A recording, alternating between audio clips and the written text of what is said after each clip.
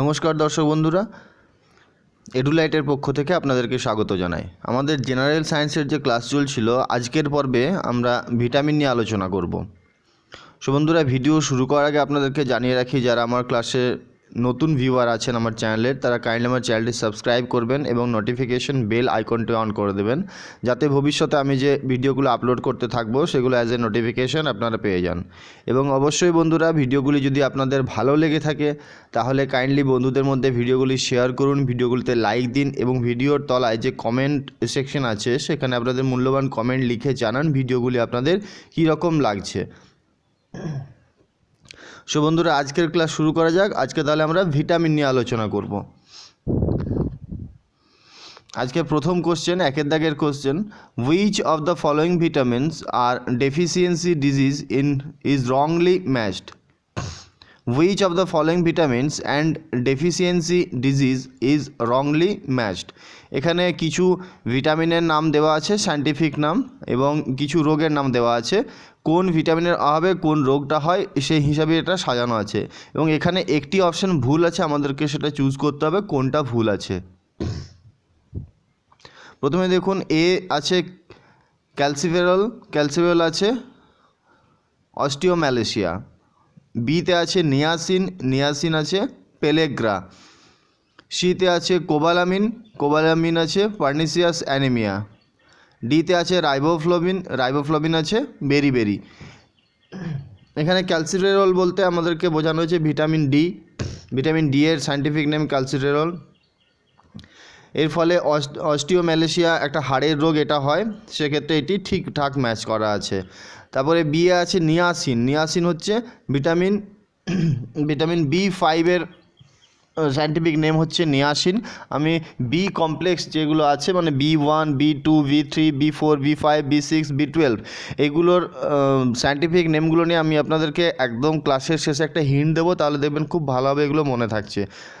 বাকিগুলো এমনিতে আমাদের মনে থাকে, সাধারণত বি কমপ্লেক্সটা নিয়ে আমাদের একটু প্রবলেম হয়, কনফিউশন আসে, এটার ঘাড়ে ওটা চেপে যায়, সেক্ষেত্রে আমি হিন্টসটা বি কমপ্লেক্সের জন্যই দিয়েছি। আচ্ছা, এরপরে কোবালামিন মানে সায়ানোকোবালামিন বলতে চাইছে। সায়ানোকোবালামিন পার্নিসিয়াস অ্যানিমিয়া রোগটি হয় এর অভাবে, এটি একদম ঠিক আছে। রাইবোফ্লোবিনের অভাবে দেওয়া আছে কি বেরি। রাইবোফ্লোবিনের অভাবে কিন্তু বেরি হয় না। রাইবোফ্লোবিন হচ্ছে B2, ভিটামিন B2 এর সায়েন্টিফিক নেম হচ্ছে রাইবোফ্লোবিন। আর বেরি রোগটা যেটা হয় সেটা হচ্ছে থিয়ামিনের অভাবে, অর্থাৎ যেটা হচ্ছে B1। Beriberi is a disease caused by B1 deficiency, also known as thiamine deficiency. অর্থাৎ B1 ডেফিসিয়েন্সির ফলে বেরিবেরি রোগ হয়, এবং B1 এর যেহেতু বিজ্ঞানসম্মত নাম থিয়ামিন, তাই এটাকে থিয়ামিন ডেফিসিয়েন্সিও বলা হয়। whereas deficiency due to riboflavin result in stomatitis. রাইবোফ্লোবিনের ফলে মানে অভাবের ফলে যেটা হয় সেটা হচ্ছে স্টোমাটাইটিস রোগ। তাহলে ডি এর অপশানটা আমাদের ভুল আছে। তাহলে এটাই হচ্ছে আমাদের জানতে চাওয়া ছিল কোনটি রংলি ম্যাচ করা আছে, তাহলে ডি এরটা রংলি ম্যাচ করা আছে, অতএব রাইট অ্যান্সার ডি এরটা। এরপরে আমরা দুয়ের দাগের কোশ্চেনে চলে আসি। The main source of vitamin C is. Vitamin C এর প্রধান উৎস কী? অপশান এতে আছে র অ্যান্ড ফ্রেশ ফ্রুটস, বিতে আছে মিল্ক, সিতে আছে ঘি, ডিতে আছে পালসেস। এখানে কিন্তু সঠিক আনসার হয়ে যাবে অপশান এ, র অ্যান্ড ফ্রেশ ফ্রুটস, অর্থাৎ যেগুলো কাঁচা এবং সবুজ সতেজ যে টাটকা যে ফল, সেই ফলের মধ্যে থেকে কিন্তু আমরা ভিটামিন সি পাই। যেরকম ব্রকোলি, কলিফ্লাওয়ার, এই ধরনের ফল, স্পিনাচ থেকে আমরা পাই, গ্রিন আর রেড পিপার্স থেকে, এইসব থেকে আমরা পাচ্ছি হচ্ছে ভিটামিন সি।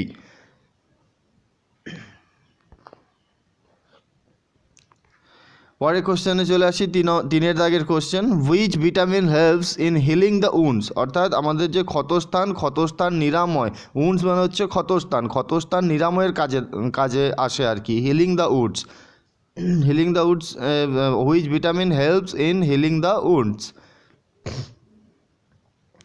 তাহলে এখানে অপশান আছে ভিটামিন বি, এতে আছে ভিটামিন বি, বিতে আছে ভিটামিন সি, সিতে আছে ভিটামিন এ এবং ডি এর অপশান হচ্ছে ভিটামিন ডি। এখানে কিন্তু সঠিক আনসার হয়ে যাবে অপশান বি, অর্থাৎ ভিটামিন সি হচ্ছে এমন একটি ভিটামিন যেটা কিনা helps in healing the wounds. Vitamin C also known as ascorbic acid. Vitamin সিকে আমরা অ্যাসকর্বিক অ্যাসিড নামেও জানি। অ্যাসকর্বিক অ্যাসিড হচ্ছে ভিটামিন সি এর সায়েন্টিফিক নেম। এরপর চলে আসি 4 দাগের কোশ্চেন। 4 দাগের কোশ্চেন, এখানে কোশ্চেন মার্কটা একটু ভুল করা আছে, এখানে 7 দাগ দেওয়া আছে, এটা অ্যাকচুয়ালি 4 দাগ হবে। কোশ্চেনটা কি বলছে দেখুন, the source of vitamin D is, vitamin D এর সোর্স উৎস কি? এখানে অপশান এ আছে লেমন অর্থাৎ লেবু, অপশান বি আছে সানরেজ অর্থাৎ সূর্য কিরণ, অপশান সি আছে অরেঞ্জ অর্থাৎ কমলা লেবু এবং অপশান ডি আছে ক্যাজুনাট অর্থাৎ কাজু বাদাম। এখানে কিন্তু সঠিক আনসার হয়ে যাবে সানরেজ অর্থাৎ সূর্য কিরণ। আমাদের শরীরে আমাদের ত্বকের মধ্যে যে আর্গেস্ট্রিয়ল থাকে, সেই আর্গেস্ট্রিয়লের ওপর যখন সানরেজ অর্থাৎ সূর্যরশ্মি পড়ে তখন ভিটামিন ডি উৎপন্ন হয়। এছাড়া আরও কিছু প্রধান উৎস ভিটামিন ডি এর জানিয়ে রাখি, ভবিষ্যতে কাজে লেগে যাবে আপনাদের, যেটা হচ্ছে মাছ, ফিশ লিভার অয়েল, এগ ইয়ক্স অর্থাৎ ডিমের কুসুম, এইসব থেকে কিন্তু আমরা পাই। অর্থাৎ মাছ থেকে মাছের লিভারের কড লিভার অয়েল, যেটা কড মাছের লিভারের যে অয়েল তেল হয় সেই কড লিভার অয়েল, ডিমের কুসুম, এইসব জায়গা থেকে কিন্তু আমরা পেয়ে থাকি ভিটামিন ডিটা। পরবর্তী কোশ্চেন 5 দাগের question, which of the following vitamin is used as an antidote to anticoagulant poisons. Anticoagulant poisons বলতে যেটা এমন একটা পয়জন, এমন একটা বিষ যেটা আমাদের রক্ত তঞ্চনে বাধা দেয়, রক্তকে জমাট বাঁধতে বাধা দেয়। আমাদের কোনো জায়গায় যখন কেটে যায়, শরীরের বাইরে কোনো অংশ যখন কেটে যায়, তখন কি হয়, রক্তটা পড়তে পড়তে একটা সময় আমাদের রক্তটা জমাট বেঁধে যায় আস্তে আস্তে, যার ফলে আমাদের আর রক্তক্ষরণ হয় না। কিন্তু এই ধরনের পয়জন, অ্যান্টিকোয়াগুলেন্ট পয়জন এমন একটা পয়জন যেটা কিনা ওই কোনো জায়গা কেটে যখন যায় তখন সেখান থেকে রক্ত পড়তে থাকে, আস্তে আস্তে রক্ত কিন্তু পড়তে থাকে, রক্ত জমাট বাঁধে না। এখানে কোনটা হবে আনসার জানতে চাইছে। ভিটামিন অপশান এতে আছে ভিটামিন এ, অপশান বিতে আছে ভিটামিন ডি, অপশান সিতে আছে ভিটামিন ই এবং অপশান ডিতে আছে ভিটামিন কে। তাহলে অ্যান্টিডট টু অ্যান্টিকোয়াগুলেন্ট পয়জন, কোনটা অ্যান্টিকোয়াগুলেন্ট পয়জনের অ্যান্টিডট হিসাবে কাজ করে, অর্থাৎ কোনটা রক্ত জমাট বাঁধতে সাহায্য করে, রক্ত জমাট বাঁধতে সাহায্য করে না, সেই সব পয়জনগুলোকে ধ্বংস করে, অর্থাৎ রক্ত জমাট বাঁধতে সাহায্য করে। এখানে কিন্তু আনসার হবে vitamin K. Vitamin K plays an important role in the blood clotting. এরপরে আমরা চলে আসি 6 দাগের কোশ্চেনে। তাহলে এটার আনসার কি হলো, ভিটামিন কে, অর্থাৎ অপশান ডি হলো সঠিক আনসার। 6 দাগের question, which of the following is synthesized by intestinal bacteria. অর্থাৎ আমাদের যে অন্ত্র, ক্ষুদ্রান্ত্র, বৃহদান্ত্র, এই যে অন্ত্রের মধ্যে যে ব্যাকটেরিয়া থাকে, সেই ব্যাকটেরিয়াগুলো কি কি ভিটামিন নিঃসরণ করে। আমাদের which of the following is synthesized by intestinal bacteria. Option এতে আছে ভিটামিন বি12, অপশান বিতে আছে ভিটামিন সি, অপশান সিতে আছে ভিটামিন কে, অপশান ডিতে আছে বোথ এ অ্যান্ড সি। এখানে কিন্তু সঠিক আনসার হয়ে যাবে বোথ এ অ্যান্ড সি। অনেকেই কিন্তু আনসার করে আসবেন এ, অর্থাৎ ভিটামিন বি। আমরা জানি ই কোলাই বা এস্টেরিয়া কোলাই বলে একটা ব্যাকটেরিয়া আমাদের ক্ষুদ্রান্তের মধ্যে থাকে, তারা কিন্তু ভিটামিন বি12 নিশ্চিত করে। কিন্তু এছাড়াও ভিটামিন কেও কিন্তু আমাদের ইন্টেস্টিনাল ব্যাকটেরিয়া থেকে নির্গত হয়, অর্থাৎ ভিটামিন বি12 এবং ভিটামিন কে দুটোই কিন্তু এক্ষেত্রে আনসার হবে, অর্থাৎ আনসার হবে option D, both A and C.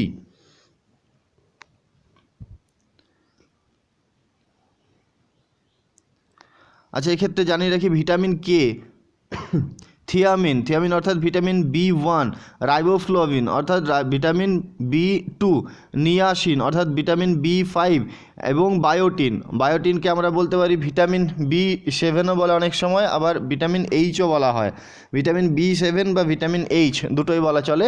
এই ভিটামিনগুলো কিন্তু এবং যেটা আছে সায়ানোকোবালামিন, এগুলো কিন্তু ইন্টেস্টিনাল ব্যাকটেরিয়ার দ্বারা সিনথেসাইজড হয়।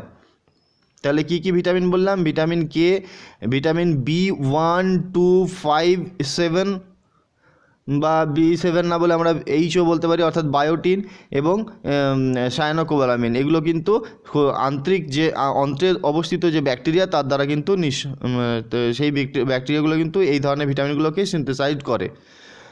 পরের কোশ্চেনে চলে আসি। Question number 7, which of the following vitamins deficiency causes disease to slow blood coagulation, অর্থাৎ খুব ধীর গতিতে রক্ত জমাট বাঁধে আর কি, এই রোগটা হয় কোন ভিটামিনের ডেফিসিয়েন্সিতে? অবশ্যই এখানে ভিটামিন কে যদি না থাকে আমাদের রক্ত জমাট বাঁধতে চাইবে না, তার ফলে কি রক্তক্ষরণ হতেই থাকবে, আমাদের কোনো জায়গা কেটে গেলে আস্তে আস্তে আস্তে আস্তে করে অনেক পরে রক্তক্ষরণটা বন্ধ হয়। কিন্তু ভিটামিন কে যদি থাকে এবং ভিটামিন কে যদি সঠিক পরিমাণে আমাদের শরীরে তাহলে কিন্তু খুব তাড়াতাড়ি রক্তক্ষরণটা বন্ধ হয়ে যায়, যেটা কিন্তু আমাদের শরীরের পক্ষে খুবই দরকারি। তাহলে এখানে সঠিক আনসার হয়ে যাচ্ছে তাহলে কি ভিটামিন কে। ভিটামিন কে হচ্ছে আমার একটা ভিটামিন যেটা কি করছে, যার deficiency causes disease of slow blood coagulation. Vitamin K যদি ল্যাক হয় মানে অভাব হয় তাহলে কিন্তু স্লো ব্লাড কোয়াগুলেশন হয়, অর্থাৎ খুব ধীর গতিতে রক্তটা বন্ধ হয়, চট করে রক্ত বন্ধ হয় না। এবার চলে আসছি question number 8, the deficiency of vitamin D causes the disease. Vitamin D এর অভাবের ফলে কি রোগটা হয় আমাদের? এখানে আছে কি রিকেটস আছে, বেরিবেরি আছে, অস্টিওপোরোসিস আছে এবং ডিতে আছে বোথ এ অ্যান্ড সি। দেখুন বেরিবেরি কী হয়, আমরা প্রথম কোশ্চেনে আলোচনা করেছিলাম যে বেরিবেরি থিয়ামিন অর্থাৎ B1 এর অভাবে হয় বেরিবেরিটা, তাই আমরা বেরিবেরিকে অনেক সময় থিয়ামিন ডেফিসিয়েন্সিও বলে থাকি। আর রিকেট যে রোগটা, রিকেট রোগটা কিন্তু একটা হাড়ের রোগ এবং এটা এবং অস্টিওপোরোসিস এটাও হাড়ের রোগ। হাড়ের রোগগুলো সাধারণত B12 এর কারণে হয়, ভিটামিন ডি এর কারণে হয়, ক্যালসিটেরল। সেক্ষেত্রে option D both A and C এটা হচ্ছে সঠিক আনসার, অর্থাৎ rickets both A and C, অর্থাৎ রিকেট, দেখুন এতে আছে রিকেট এবং সিতে আছে অস্টিওপোরোসিস, দুটো রোগই কিন্তু ভিটামিন ডি এর কারণে হয়। এখানে রিকেটটা হয় বাচ্চাদের ক্ষেত্রে। এটা এমন একটা রোগ কি হয়, leads to weak bones and bowed leg. Weak bones হাড়গুলো খুব দুর্বল হয়ে যায় এবং বোর্ড লেগ বাগুলো ধনুকের মতো বেঁকে যায়, এই ধরনের একটা রোগ হচ্ছে রিকেট। এটা সাধারণত বাচ্চাদের ক্ষেত্রে হয়। তাহলে 8 থেকে সঠিক আনসার হলো option D both A and C, rickets এবং অস্টিওপোরোসিস দুটোই হয়। এরপর আমরা পরবর্তী কোশ্চেনে চলে আসি, 9 দাগের question, which of the following convert milk to curd. কে দুধ থেকে দই তৈরি করে? মিল্ক টু কার্ড, দুধ থেকে দই তৈরি করে। অপশান এ আছে ব্যাকটেরিয়া, অপশান বি আছে ভিটামিন, অপশান সি আছে এনজাইম, অপশান ডি আছে নান অফ দ্য অ্যাবাভ। এখানে আমরা জানি যে দুধ থেকে দই তৈরি করতে যে একটি ব্যাকটেরিয়ার প্রয়োজন হবে এবং ব্যাকটেরিয়াটার নাম হচ্ছে lactobacillus bacteria. Lactobacillus bacteria. Milk consist of globular protein called casein. মিল্কের মধ্যে একটা গ্লোবিউলার প্রোটিন থেকে যার নাম হচ্ছে casein. The curd is formed by chemical reaction between lactic acid bacteria and casein.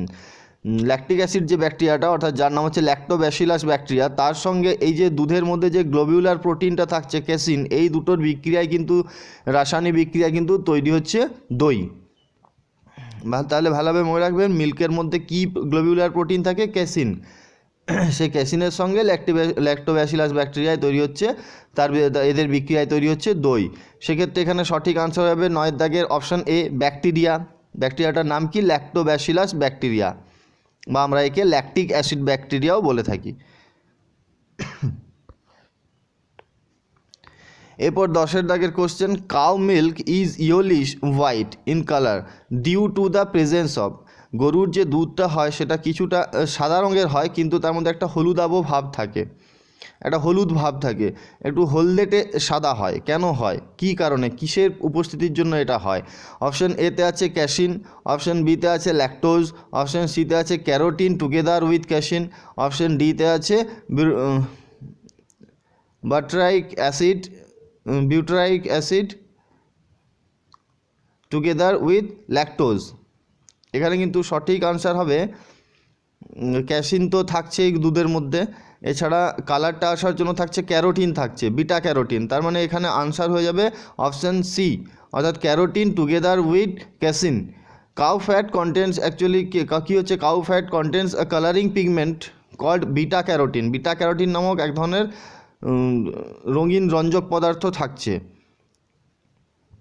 যেটা the pigment gets carried over into fat in their milk. Cow's milk is about 87% water এবং 13% solid. গরুর যে দুধ তার মধ্যে 87% ওয়াটার অর্থাৎ জল থাকে এবং 13% সলিডস থাকে। এবার এই বিটা ক্যারোটিন যেটা থাকে, মূল কথা হচ্ছে যেটা কালারটা কেন ইয়েলিশ হয়, কারণ কি এই যে বিটা ক্যারোটিন নামক একটি রঞ্জক থাকছে, তার সঙ্গে ক্যাসিন, দুটোর একসাথে উপস্থিতির কারণে কিন্তু গরুর যে দুধটা হলদেটে সাদা হয়। পরের কোশ্চেনে চলে আসি। 11 দাগের question, grain of basmati rice get elongated on being cooked because of higher content of. মানে বলতে চাইছে যে বাসমতি চালের যে দানাগুলো তার মধ্যে কী থাকে যার কারণে সেটা যখন কুকড হয়ে যায়, যখন রান্না করা হয়ে যায়, তারপর এনলংগেটেড অর্থাৎ লম্বা হয়ে যায়, লম্বা এবং বেশ ঝরঝরে হয়, গায়ে গায়ে লেগে যায় না। কেন এটা হয়? আমরা যখন কোনো ভালো এই ধরনের বাসমতি চালে যখন রান্না করি, তখন দেখা যায় তার যে ভাতটা সেটা কিন্তু অন্য ভাতের মতো গায়ে গায়ে লেগে যাবে না বা ঘাঁটা হবে না। ভাতটা কিন্তু একদম ঝরঝরে থাকবে এবং দানাগুলো খুব লম্বা লম্বা হয়। এমনিতেই বাসমতি চালের দানা রান্না করলেই সেটা কিন্তু খুব লম্বা হয়ে যায়। কেন? কিসের উপস্থিতির জন্য? অপশান এ হচ্ছে লাইসিন, অপশান বি হচ্ছে অ্যামাইলোজ, অপশান সি হচ্ছে সুগার, অপশান ডি হচ্ছে অয়েল, তেল থাকে বলে। দেখুন এখানে হয়তো অনেকেই যারা টুকটাক রান্নাবান্না করেন তারা আনসার অয়েল করে দেবেন, কারণ কি আমরা জানি যে এই ধরনের যখন কোনো রান্না করা হয়, ভাতটাকে ঝরঝরে করার জন্য আমরা ভাতটা যখন ফোটে তার মধ্যে কিছুটা তেল দিয়ে দিই, যার জন্য ঝরঝরে হয়। কিন্তু ভাতের মধ্যে কিন্তু তেল থাকে না। আমরা ভাবতে পারি তাহলে বাসমতি রাইসের মধ্যে মনে হয় তেল থাকে তাই বেশি ঝরঝরে হয় ভাতটা। অ্যাকচুয়ালি তা নয়। ভাতের মধ্যে এই যে বাসমতি রাইসের মধ্যে কী থাকছে, অ্যামাইলোজ থাকছে। Amylose is a long straight starch module and it does not gelatinise during cooking। মানে জিলেটিন তৈরি হবে না, এমন একটা জিলেটিনাইজ হবে না, ঘাঁটা হবে না ভাতটা, বেশি চটচটে পদার্থ তৈরি হবে না। অ্যামাইলোজ এমন একটা প্রোটিন, এই প্রোটিনটা কীরকম হয়, অ্যামাইলোজটা স্টার্চ কীরকম স্টার্চ, এটা লম্বা হয়, সোজা হয়, লম্বা এবং সোজা হয় এই স্টার্চের দানাগুলো, যার ফলে কি হচ্ছে কোনোভাবে কিন্তু এই ফ্যান মাড় টাইপের আঠাটা যেটা বেশি হয় না, জিলেটিনটা বেশি তৈরি হয় না। সো হোয়েন কুকড ইট, এটা যখন আমরা রান্না করছি এটা কীভাবে ফ্লাফি হয়ে যাবে, একটু ফুলে যায়, উইথ সেপারেট গ্রেনস, এবং ওই দানাগুলো আলাদা আলাদা ঝরঝরে হয়ে যায় ভাতটা। তাহলে মূল কারণ কি, বাসমতি রাইসের মধ্যে কী থাকার কারণে এটা ঝরঝরে হয় এবং দানাগুলো লম্বা লম্বা হয়? অ্যামাইলোজ থাকার কারণে। ঠিক আছে বন্ধুরা, অপশান বি হচ্ছে রাইট আনসার, অ্যামাইলোজ। এবার চলে আসি question number 12, the substance responsible for bread making quality in wheat. বা আমরা যে গমের মধ্যে কী এমন থাকে যার কারণে সেটা দিয়ে ব্রেড বানানো যায়। দেখুন ব্রেড বানানো যায় কারণ কি, যখন গমের তৈরি আটা বা ময়দা যখন আমরা মাখিয়ে দিই তখন একটা টান ওর যে ডোটার মধ্যে একটা বেশ টান ব্যাপার আসে, ইলাস্টিসিটি চলে আসে, এবং এই কারণেই কিন্তু ভালো ব্রেড বা রুটি যাই হোক না কেন দেখবেন সেটার মধ্যে কিন্তু ছিঁড়লে টুক করে কাগজের মতো ছিঁড়ে একটা টান ভাব থাকে। তার কারণেই ব্রেড ভালো তৈরি হয় এই হুইটের যে ফ্লাওয়ার তার মাধ্যমে। এবার কী থাকে হুইটের মধ্যে, কী এমন জিনিস থাকে যার জন্য এটা ভালো হয়? অপশান এ হচ্ছে গ্লুটেন, তাহলে option A gluten, option B থাকছে গ্লোবিউলিন, অপশান সি থাকছে গ্লাইসিন, অপশান ডি থাকছে লাইসিন। এখানে কিন্তু সঠিক আনসার হয়ে যাবে gluten. Gluten is a protein found in wheat which help food maintain their shapes acting as a glue, একটা আঠার মতো চটচটে একটা ব্যাপার থাকে, তার জন্য দেখবেন it is associated with bread making, it gives elasticity to dough, এটা ডোটাকে একটা ইলাস্টিসিটি দেয়। তাহলে গমের মধ্যে কি থাকছে যেটার জন্য ও ডোটা একটু টান হয় যার ফলে পাউরুটি ভালো হয়, সেক্ষেত্রে কিন্তু হবে গ্লুটেন। তাহলে অপশান এ গ্লুটেন হচ্ছে রাইট আনসার। এরপর চলে আসি পরের কোশ্চেন, 13 দাগের question, hair is composed of protein called আমাদের যে চুল, সেই চুলের মধ্যে এক ধরনের প্রোটিন থাকে, কী প্রোটিনটা থাকে জানতে চাওয়া হয়েছে।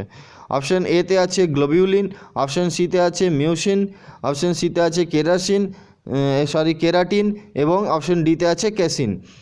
ক্যাসিনটা আমরা জেনেছি যে দুধের মধ্যে থাকে। এরপর প্রশ্ন হচ্ছে চুলের মধ্যে কি থাকে, চুলের মধ্যে কিন্তু থাকে কেরাটিন, অর্থাৎ এখানে অপশান সি হচ্ছে রাইট অ্যান্সার, চুলের মধ্যে থাকে কেরাটিন। পরবর্তী কোশ্চেনে চলে আসি, 14 দাগের কোশ্চেন। থিয়ামিন কি, থিয়ামিন কোন ভিটামিনটাকে বলে? অপশান দেখুন আছে, option A vitamin C, option B vitamin 2, option C vitamin 6, option D vitamin B1। তাহলে অপশান এ হচ্ছে ভিটামিন সি, অপশান বি হচ্ছে vitamin B2, option C vitamin B6 এবং অপশান ডি ভিটামিন B1। এখানে কিন্তু সঠিক answer হবে option D vitamin B1। আমি জানি আপনাদের মনে রাখতে একটু প্রবলেম হচ্ছে থিয়ামিন, রাইবোফ্লাভিন, যাদের এগুলো মুখস্থ আছে তাদের পক্ষে যথেষ্ট ইজি, কিন্তু যাদের এগুলো ঠিক মুখস্থ নেই তাদের পক্ষে একটু মনে রাখতে অসুবিধা হয়, এটা ওর ঘাড়ে ওটা এর ঘাড়ে চেপে যায় এরকম। আমি তার জন্য প্রথমেই বলেছি যে এই ক্লাসটার শেষে আমি একটা হিন্টস দেবো, যার ফলে দেখবেন খুব তাড়াতাড়ি আপনারা মনে রাখতে পারছেন। তাহলে এখানে 14 দাগের অপশান কোনটা হলো, সঠিক আনসার কোনটা হলো? Option D vitamin B1। Vitamin B1কে বলা হয় থিয়ামিন। এবার চলে আসি 15 দাগের কোশ্চেনে। Deficiency of which vitamin causes night blindness, রাতকানা রোগ হয় কোন ভিটামিনের অভাবে?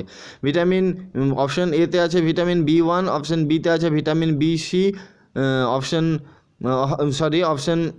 বিতে আছে ভিটামিন সি, অপশান সিতে আছে ভিটামিন এ, অপশান ডিতে আছে ভিটামিন ই। তাহলে B1 হবে না ভিটামিন সি হবে না ভিটামিন এ হবে না ভিটামিন ই হবে? এখানে কিন্তু সঠিক আনসার হবে option C vitamin A. Vitamin A ডেফিসিয়েন্সির কারণে নাইট ব্লাইন্ডনেস অর্থাৎ রাতকানা রোগটি হয়। ভিটামিন এর সায়েন্টিফিক নেম কি? রেটিনল। ইন হিউম্যান বডি, পরবর্তী question, in human body vitamin A is stored in, vitamin এটা কোথায় স্টোর থাকে, কোথায় সঞ্চিত থাকে? Option A liver, option B pancreas, option D spleen, option D stomach. অর্থাৎ অপশান এ বলতে চাইছে কি লিভার অর্থাৎ আমাদের যকৃতের মধ্যে, অপশান বি প্যানক্রিয়াস মানে আমাদের অগ্নাশয়ের মধ্যে, অপশান সি বলছে স্প্লিন অর্থাৎ প্লিহার মধ্যে এবং অপশান ডি হচ্ছে স্টমাক অর্থাৎ পাকস্থলীর মধ্যে। তাহলে এখানে সঠিক আনসার কী হবে? এখানে সঠিক আনসার হবে অপশান এ অর্থাৎ লিভারের মধ্যে। Vitamin A is a fat soluble vitamin. Vitamin এটা কিন্তু ফ্যাট সলিউবল ভিটামিন। আমাদের দু ধরনের ভিটামিন আমরা ভাগ করতে পারি, একটা জলের দ্রবীভূত, একটা ফ্যাটের দ্রবীভূত। আমরা যখন ফ্যাটের দ্রবীভূতগুলো বলি তখন আমরা বলবো কি এদিকে বসে পড়ো, এদিকে এডিইকে এটাকে আমরা বলছি এদিকে, এইগুলো হচ্ছে ফ্ল্যাটে, এদিকেটা হচ্ছে ফ্ল্যাটে। আর বসে পড়ো অর্থাৎ BCP, বসে থেকে বি, বসে তাহলে ব থেকে বি, সে থেকে সি আর পড়ো থেকে পি, BCP। তাহলে বসে পড়োটা হচ্ছে জলে, তাহলে এদিকে বসে পড়ো, এদিকে মানে এডিকে ফ্যাটে আর বসে পড়ো মানে BCP হচ্ছে জলে। আমি জাস্ট একটা হিন্ট বললাম মনে রাখা। তাহলে এখানে কিন্তু সঠিক আনসার হয়ে যাচ্ছে দেখি অপশান এ।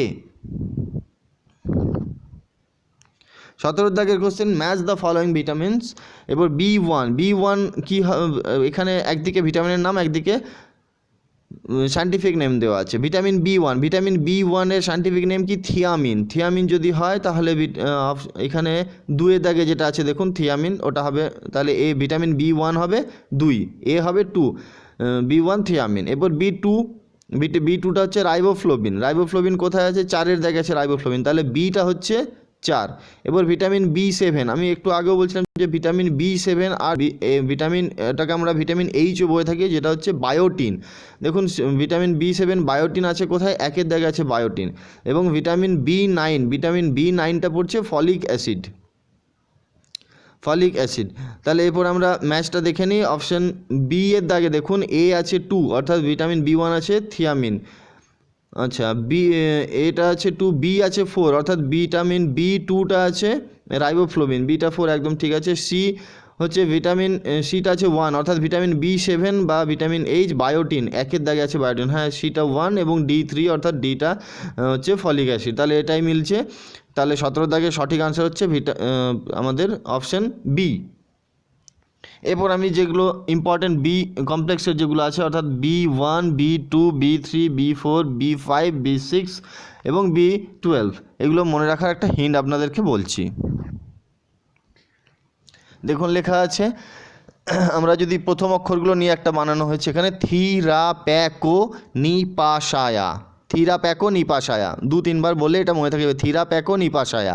এবার থি দিয়ে কী হচ্ছে, থি দিয়ে থিয়ামিন অর্থাৎ B1, রা দিয়ে রাইবোফ্লোবিন অর্থাৎ B2, প্যা দিয়ে প্যান্টাথনিক অ্যাসিড অর্থাৎ B3, কো দিয়ে কোলিন অর্থাৎ B4, নি দিয়ে নিয়াসিন অর্থাৎ B5, পা দিয়ে আবার পা আসছে পাইরিডক্সিন।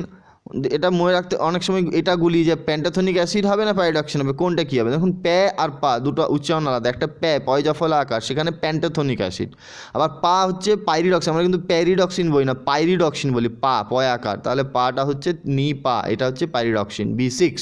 এবার সায়া মানে সায়ানোকোবালামিন অর্থাৎ B12, তাহলে কি হলো সূত্রটা, থিরা প্যাকো নি পা সায়া, থি মানে থিয়ামিন, রা মানে রাইবোফ্লোবিন, প্যা মানে প্যান্টাথনিক অ্যাসিড, কো মানে কোলিন, নি মানে নিয়াসিন, পা মানে পাইরিডক্সিন এবং সায়া মানে সায়ানোকোবালামিন। এবং ভিটামিনগুলো পরপরই দিয়ে আছে B1 B2 B3 B4 B5 B6 অবধি, এবং 6-এর পর একবারে B12 দেওয়া আছে। সো বন্ধুরা, আজকের ক্লাসের এটি ছিল শেষ বিষয়, আজকের ভিডিও এখানেই শেষ, নমস্কার।